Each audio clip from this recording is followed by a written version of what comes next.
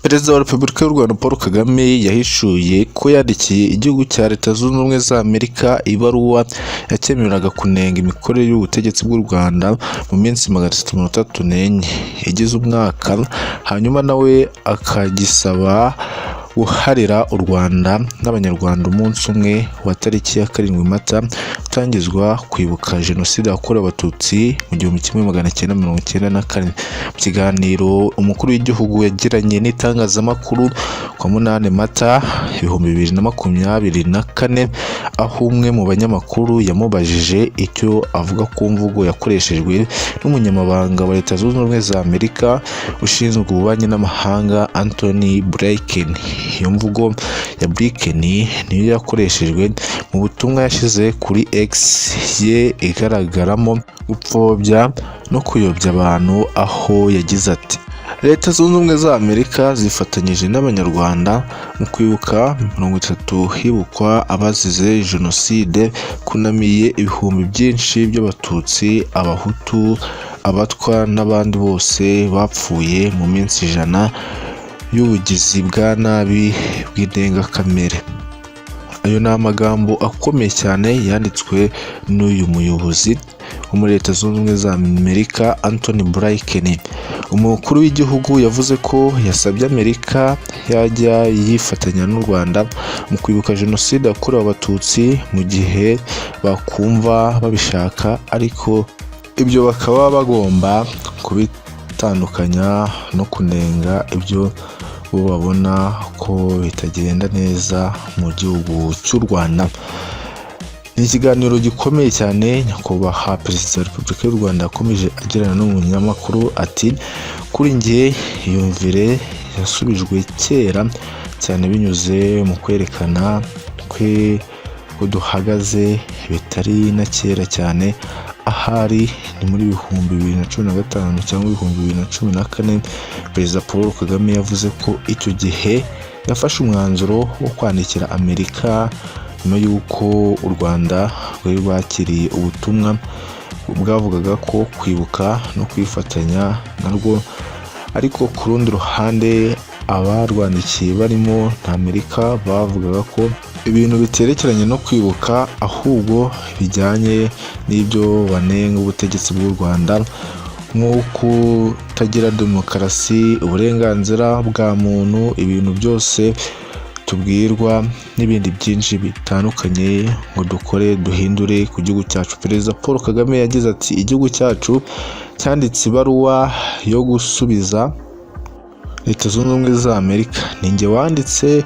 Ibyo nabwiye ni ibintu bibiri. Icya mbere nabwiye Amerika cyangwa indi guverinoma cyangwa se ikindi gihugu bafite uburenganzira bwo kutubwira ibyo tugomba gukora ndetse n'ibyo tugomba gukora, tugakemura ibibazo, tukabashimisha ibyo ko ibyo tutabirimo. Ariko nababwiye ikintu cy'ingenzi, ko muri iyi minsi yo kwibuka tunezezwa no kuba mwakwifatanya natwe mu kwibuka, ariko kuri ibi bintu bindi mushaka kudukoreraho, icyo twabasaba cy'ingenzi ni ikintu kimwe. Muri iyo baruwa narababwiye ni mwisanzure mu bukana natwe, niba mubishaka akifatanya natwe muri ibi bihe bidasanzwe guhera ku tariki ya 7 Mata, mwagerageza mukajya mwibuka natwe, hanyuma tugahuriraho n'ibindi bikomeye tuzajya tubiganiraho umunsi ku munsi. Akomeza agira ati: kuko hari iminsi 335 umwaka, muduhe uyu munsi wa 7 Mata mwibukane natwe, hanyuma musigarane iminsi 364 isigaye mudushinja buri munsi ku munsi ibintu byose mushaka.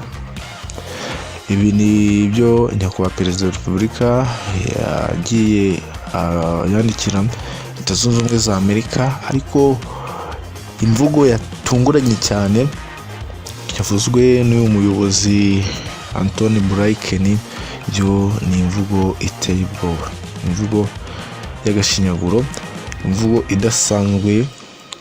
Ntabwo umuyobozi cyangwa umuntu ufite icyo ahagarariye muri Leta Zunze Ubumwe za Amerika nka leader w'ibihugu byose bapfobya jenoside gutya, hari ikintu kibyihishe inyuma.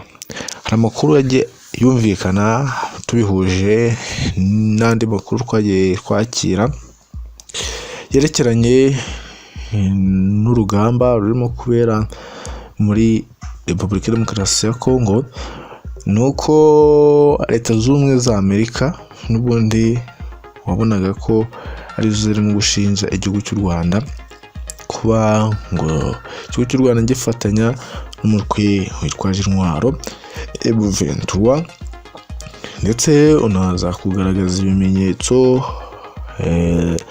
ngo hari ikigo cy'ubutasi cyo muri iki gihugu cyakoze ubutasi buhambaye, usanga ingabo z'u Rwanda arizo ziri muri kiriya gihugu.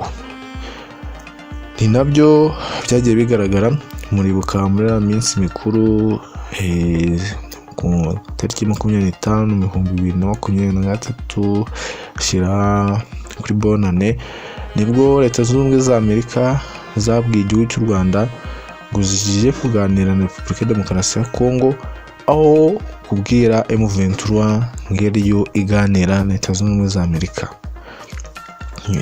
Ibi byajyanaga muri sensi igihugu cy'u Rwanda ahantu hatari heza. Mbese hari ikintu gikomeye usesenguye kirimo kugenda gisobanura ibindi bintu bikomeye cyane. Bavuga ko Leta Zunze Ubumwe za Amerika n'ubundi ijya yivanga mu bibazo bitazireba, birimo byo kwivanga muri politiki ya Afurika. Igihugu cy'u Rwanda ho kikaba cyaraziwe cyane mu buryo bukomeye n'iki gihugu.